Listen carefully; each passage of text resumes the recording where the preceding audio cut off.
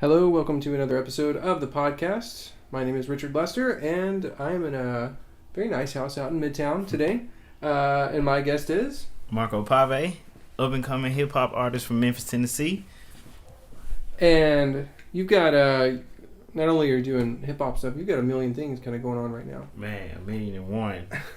Well, let's start with the music first. Okay. Because I guess that's kind of where it all sort of originates from. Yeah. So tell me a little bit exactly what do you do and how do you consider like your style, and tell me a little bit about you and your music first.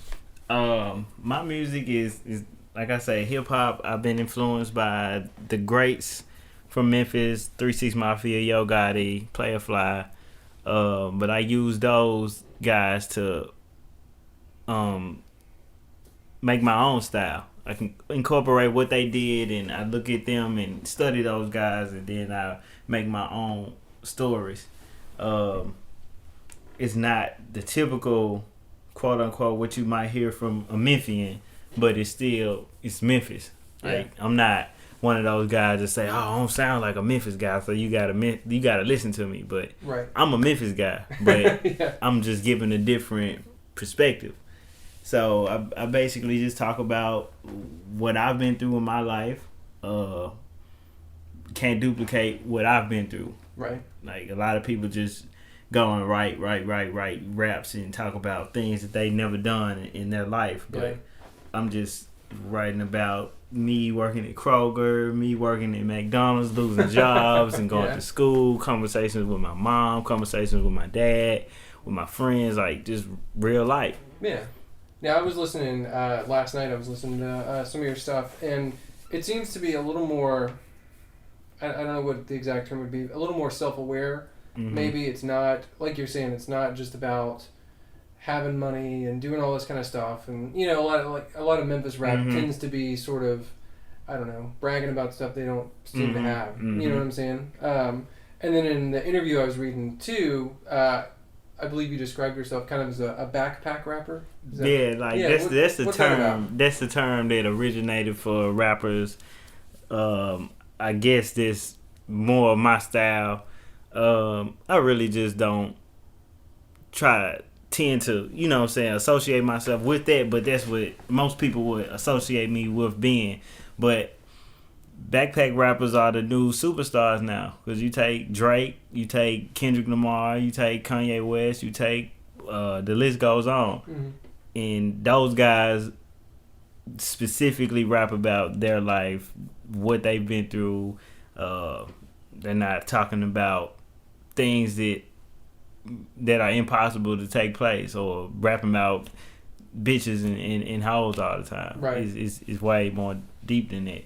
So how do you describe your style then? If you're not quite comfortable with the backpack rapper label, are you? I'm not comfortable with labels. Period. Like it's music. It's life. Yeah. So how do you go about doing your particular type of music? Because there's a lot of it's not just beats. It's not just kind of samples. Mm-hmm. There's a whole lot going on there. So how does that happen? How do you construct that? Basically working with the top producers that I work with. Who have you worked with? DJ Payne 1. I will be working with Haskell Jackson, 7-time Grammy nominated producer. That's why I'm going to LA to record. My young homie Tay Tay the Pro, he's like super cold. He young guy, 19, making beats. Friday Black, he makes super dope beats. A1 Productions out in Louisiana. We worked on a lot of stuff, and they basically, it comes from their mind. They build a beat, and whatever mood they were in when they made the beat, I had to fit what mood the beat is. Mm-hmm. And I just write a song to the feeling of what the music is, and most of the time it's something that I can relate to. How hard is that, taking what their music and kind of adapting? Do you kind of have something in mind already that you want to talk when about? When I hear it, it gives me an idea of what it should be. Like if it's a 70s sample, I'll go with, you know what I'm saying, just a cool laid back feel. Mm-hmm. Something like that. The beat has to tell a story on its own before I start writing to it.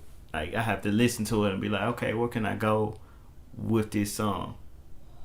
Now, how long have you been? In interviews, you said you've been doing this sort of 10 years as a hobby, but then how long have you been doing this? I guess professionally, semi-professionally. Profession. You would consider professionally. I'm trying to be professional, but I've been pursuing the next level for about the past year and a half, 2 years.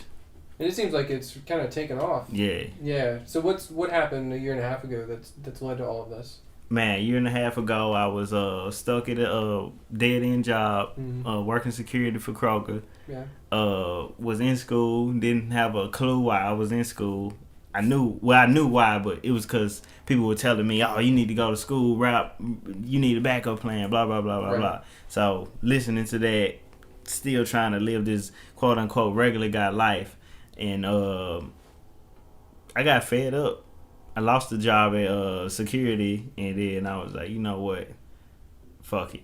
Yeah. And I had a baby on the way too, so it was like, man, I have no option but to make it. So I dropped everything, dropped out of school, stopped worrying about those jobs, and just started hitting the streets hard with trying to take my music to the next level. Yeah. How did you do that? Because you didn't at first have a record or mixtapes or anything like that. Nah, right? nothing. I mean, I had music on SoundCloud and stuff like that I put out on my own, but that's what helped me. Like, the internet is amazing, so I really didn't need to have a full feature-length master project to do the things that I did. Like, my homie Fat Mac used to say he was so shocked how fast I was moving because I didn't have any project out, and I was opening for Waka Flocka, opening for Machine Gun Kelly, opening for these huge acts, and I didn't even have a project out. How'd you get connected with them? Did they contact you, or how does that work? I was contacting tons of people. Like, okay. I'm always networking, and yeah. You just jump right into it and say, I'm going to do this. Somebody's going to let me do this. Yeah. Okay.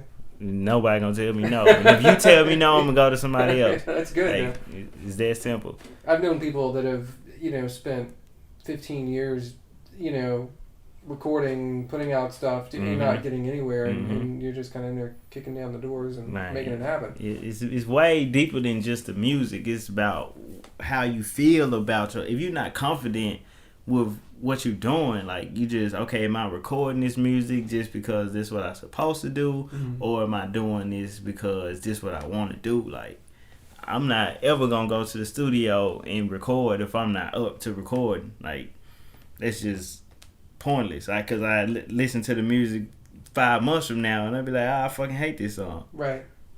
Speaking of recording, so you just said you're going to LA to work on. You're working on an EP or my EP. So tell me about that. What's going on with that? My manager Jamesia Stoudemire, she's out in LA. I linked up with her about 6 months ago, and she's connected like super heavy. And she's connected with Haskell Jackson. She let him hear one of my songs that was featured in the Memphis Flyer. He heard it and was like, gotta get him out here. Like, whatever y'all need to do to get him out here. Once he get out here, we can record, but y'all need to handle that. Yeah. So that's what we've been working on. So what all is involved in getting you? Is it just a plane ticket, or is it the hotel? What's all involved in that? Basically, plane ticket and the recording cost, because he's not for free, but he's giving us a super, super discounted price just because he sees the dream and see what we trying to do. Plane ticket, recording, just traveling when I get there, rent a car and stuff like that. How long are you planning on staying out there? Just a month. Yeah. That could be a long time out in LA. Yeah. They could change that. A month could be a year. Like, you never know. So. Yeah, one thing that I've picked up on, and you've explicitly stated, is how much of an interest you have in sort of reinvigorating neighborhoods around Memphis, and how much you want to bring back to the community. Tell me about that. Man, if you come from where I come from, it's either statistically I should have been dead a year ago. Growing up, by the time I was 15, all my friends were either dead or in jail. So a lot of the statistics were, in my case, from what I saw, were right. Yeah. So I had to, break these barriers. Like Jay-Z said, I'm out here celebrating my post demise. Like, according to what all these people say, I should have been dead. So, what do you think makes you different then? If everybody that you know is in jail, or how did you escape that? If I've escaped, because yeah. I was just writing a song the other day. I'm like, what did I say on the song? It's tough when you escape, but you really didn't escape because you're trying to find a cape to save all the people that the people that thinking that you running from. Yeah. The people sometimes think that you're running from the problem because you're trying to make it, but in your grand scheme of things, you're trying to save the people and save what you come from, but a lot of times they can't see that, and it's super tough. But I was raised by my dad in the North Memphis neighborhood, and I think like that did a lot to keep me out of, a lot of the trouble. But I still made the choice to not participate, because even though I was raised by my dad, I still could go outside and get guns and get drugs and all of that. I just chose not to participate in those type of things. Has there been any resentment or any kind of backlash from the success you've had over this past year and a half? Man, tons. From like you said, imagine a person that I put myself in a person position that's been recording for 15 years that never made anything happen. Then you see this new young cat just making moves like left and right. You just like, hold on, what's going on? So people get envious of that, and I mean, if I put myself in their shoes, I could see where they're coming from that envious perspective, but I'm looking at it some way bigger than that. So I could give a fuck less. So how do you deal with it? You just ignore it, or you just move on? You just gotta keep going, cause those type of people are not beneficial to where you're going. Like, people who really made it and making it are like super cool. Like Haskell Jackson, 7-time Grammy nominated producer, worked with Michael Jackson, Shaka Khan, Kanye West. The list goes on. Message him on Facebook, hit me back like, hey bro, man, blah blah blah. Like, super cool. Like, people that have money and people that are on, like, are cool. So maybe they don't feel threatened, I guess. They don't. Yeah. They don't. It's nothing to feel threatened by. So, I mean, I just don't look at what other people are doing. I just do me. Now, another kind of project you're doing too is you're kind of going back to old neighborhoods and kind of making videos about your experiences there. Tell me a little bit about that. I just started that. It's a part of my GoFundMe campaign. It's called Memphis Through My Eyes. First 3 episodes is we went to North Memphis for the first episode, just showing where I come from and how it is when I grew up. And then we went like on a mini tour, went downtown, went to the South Main District. I'm just showing Memphis through my eyes, what I see when I come to these different places, showing the real side of Memphis, not just Elvis and the blues. I'm showing like the real deal. Like on one of the videos, like a bunch of homeless people coming up to us asking us for money. Like, that's a real problem in Memphis. Right. Like, but they try to mask it with whatever ways they try to mask it for the tourists. So what do you want your viewers, the people that watch the video, what do you want them to take away from it? What is Memphis to you, and what do they need to know? Memphis is home to me. Like, they just need to know that home is where the heart is, and even if you live in a shack, you still gotta take care of your home. Like, if the roof leaking, you're not finna keep going over somebody else's house like, fuck my house. Like, I hate my house. You gonna fix your roof. If you smart. If you not, you gonna let it fall in. But this how I view Memphis. Like, is home. I can travel and see how other people are living and get ideas and network and get beneficial information, but at the end of the day, I have to come back to a place where I feel comfortable to be like, okay, yeah, this is where I'm from. So you seem, with everything that you've kind of experienced, seen, the stuff that you're even showing people, you still seem really positive about Memphis in a way that a lot of people like to shit on Memphis, basically. Man, all the time. especially musicians and people involved in that, So, but you seem pretty positive though. Right, because is at the end of the day, it's my job. Like, I have nobody to blame. Like, my experiences changed me to where I move around and able to adapt and do different things, but I can't sit up and be like, oh, the Memphis Music Foundation didn't help me, so fuck everything that I'm doing, I give up. Right. No, like, if they didn't help me, I'm gonna go find somebody who gonna help, and I'm gonna make myself on a level where they come to me next. So after they do realize, okay, that's the kid that we didn't help, and they're knocking on my doorstep, it's a fee now. You owe me money to even step in my office. Like, that's how I just look at it. So who's been most helpful out there so far? Man, so many people. I've been helped so much from back in high school from my teachers, Miss King, Miss Ragland, Mr. Todd. Like, they used to just keep me super motivated to just do it. Like, all my teachers was like, literally like, I want the next mixtape you put out when you put it out in high school.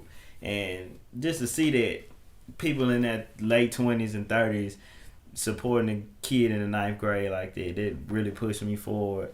Guys like Greg Humming, D to the Low, just always let me. I've never paid for studio time, so guys just let me come in, record, do what I need to do, mentor me. Fat Mac put me on the open mic scene. Man, there's so many people, I can't even name them all, but Jamesia, like, if it weren't for her, like, I wouldn't even be going to this next level. So she's a real essential piece to the next level that I'm going to. So you've been giving back. Not only are you doing like these videos and stuff too, but you've done some benefits. Mm-hmm. Was it for the Memphis Literacy Council? Books on it was for Crosstown Arts and the Story Booth program. Books on Bill was a benefit concert. We raised like $20,000 in resources. Got 500 books, and we donated those books in the Kickstarter to Story Booth Library. Nat Atkin is over there, director of that. So now you can come to Crosstown and check out a book for free. That's pretty amazing. And keep it for however long you want. What do you think the biggest problems in Memphis are right now? Man, Memphis. The problems mainly are the people that are in power, the politicians, i.e. the people with money, just trying to mask the problems. Like, okay, it's homeless people, we're gonna move these homeless people to another area so they don't exist anymore in our mind, but right. This new area, like, oh shit, we got homeless people everywhere. Like, Memphis never solves a problem, they only move it. Right. And we can take a metaphor and use the Mid-South Coliseum, the pyramid to the FedEx Forum as an example. We wanted a new arena in the 90s, so we said forget the Coliseum and build the pyramid. Yeah. And then we wanted the Grizzlies so bad that the Grizzlies was like, oh, we're not coming there unless y'all build us a new arena. So we got rid of a $50 million, however many $1 million building that was, and just gave it up and built a new one. That's not even paid for. Yeah. So we talking about millions and millions of dollars just wasted on these just three different buildings, and we're not even talking about the whole entire city, which with the gentrifications that they do, the white flight, okay, we're gonna get rid of this housing project and move all of the neighborhood people to another neighborhood, and 10 years later, the other neighborhood that they moved them to is down, not because the people are bad, but you never gave them resources to stay afloat. It's a never-ending cycle. There's a lot of problems. That's where it stems from. So do you have any interest in going into like local politics at all? Fuck no. Man, like if I was, it'd be like way later on. Yeah. I'm gonna support some politicians if they come from my camp. Like, I want to be able to develop a group of people to be in this position. I have a politician on the team. I have a judge on the team. I have da. Not so we can monopolize and take over, but so we can get our visions of how the city should be out to the world.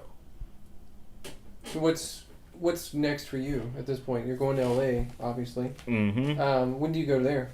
July 15th.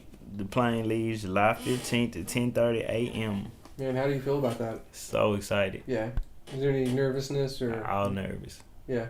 All nervous. Like, man. What do you?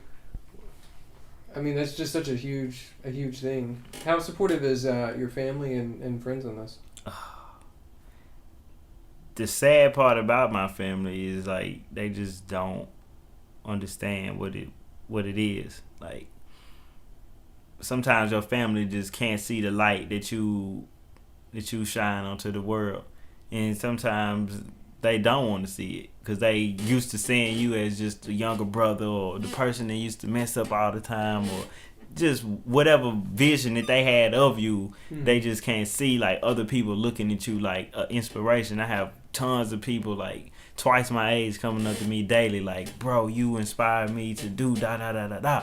And coming from a 40-year-old person telling that to a 21-year-old kid that dropped out of dropped out of college, like, that's crazy to me. Yeah. But it's tough because my family, my real blood family does, like, not support as much as complete strangers. How does that affect you? Is that hard to deal with, or is that something something I deal with, like, every day, trying to fix, because, you know, I get a big announcement and I want to text my sisters and tell them, like, oh, this blah blah blah happened. I do it, but then I just do it still knowing, like, that they don't even understand what's really going on. Yeah. So it's tough. Do you think if you make it out in LA, if you come back with a professionally produced, you think that's going to change anything? For my oldest sister, she's been the main support system. She gets it more than my other family, but yeah. But I don't know. They still gonna be like, oh, you ain't making no money, blah blah blah. So what is your? I mean, besides, of course, being rich and famous, which I think we all kind of want. I don't want to be famous. I don't. It's not like a goal of mine. Like, but I do want to be rich. Well, what's your main goal then? My main goal is to be self-sustained by my art. Like, I don't have to be rich, but self-sustained. If I could do rap, do music, help out in the community for the rest of my life, this a win. Where I won't have to go work for McDonald's or go work for Kroger, go work for some 9-to-5 job, and I can still do what I want to do consistently. I want to have social power where I could call up Obama and be like, we need to get this done. I don't have to have the millions of dollars, but I have having access and having, clout to be able to make things happen is just as good as having a liquid access to $1 million. Because, I mean, shit, once you get to more money, more problems. Right. So, I mean, you get what you ask for. So I'd rather be able to call the people who do got the money and make them, right, them make it happen, and I just be responsible for putting it together. But I still, you gotta have money. But do you have any plans any firm plans after LA, or is it just wide open? Man, it's wide open. Just get this project out, market it, start pushing, and start developing the tour around the project. So yeah, that'll be the main thing, going on tour after it's finished. Do you have any shows booked before then? Before you leave? My going away event, July 12th at Forge. And I'm doing another event, June 27th at Forge too. But the main event is the going away event called the Send Off. Gonna have that at Forge, 7 o'clock to 11 p.m. Tickets $10. VIP is $50 for two. We're gonna have tons of artists. We're gonna have 3D printers printing, showing people the idea is that Memphis is way more than Elvis Blues and Beale Street. It's a lot going on in Memphis that people may not know, like 3D printing. What are you gonna be printing in 3D? We're gonna 3D print a microphone, and then I'm gonna auction it off, sign it, and auction it off. That's pretty cool. Yeah. Yeah. So who else? What else is going on? That you got 3D printers. You got live art. Other artists performing. We're gonna have a panel speaking on different creative avenues. What people think it takes to make it in the new Memphis movement. This is a lot. Just a bunch of creative energy. That's really cool. Mm-hmm. So what do you think overall? What do you think is the most important thing that's led to your success right now? Keeping faith. Just always.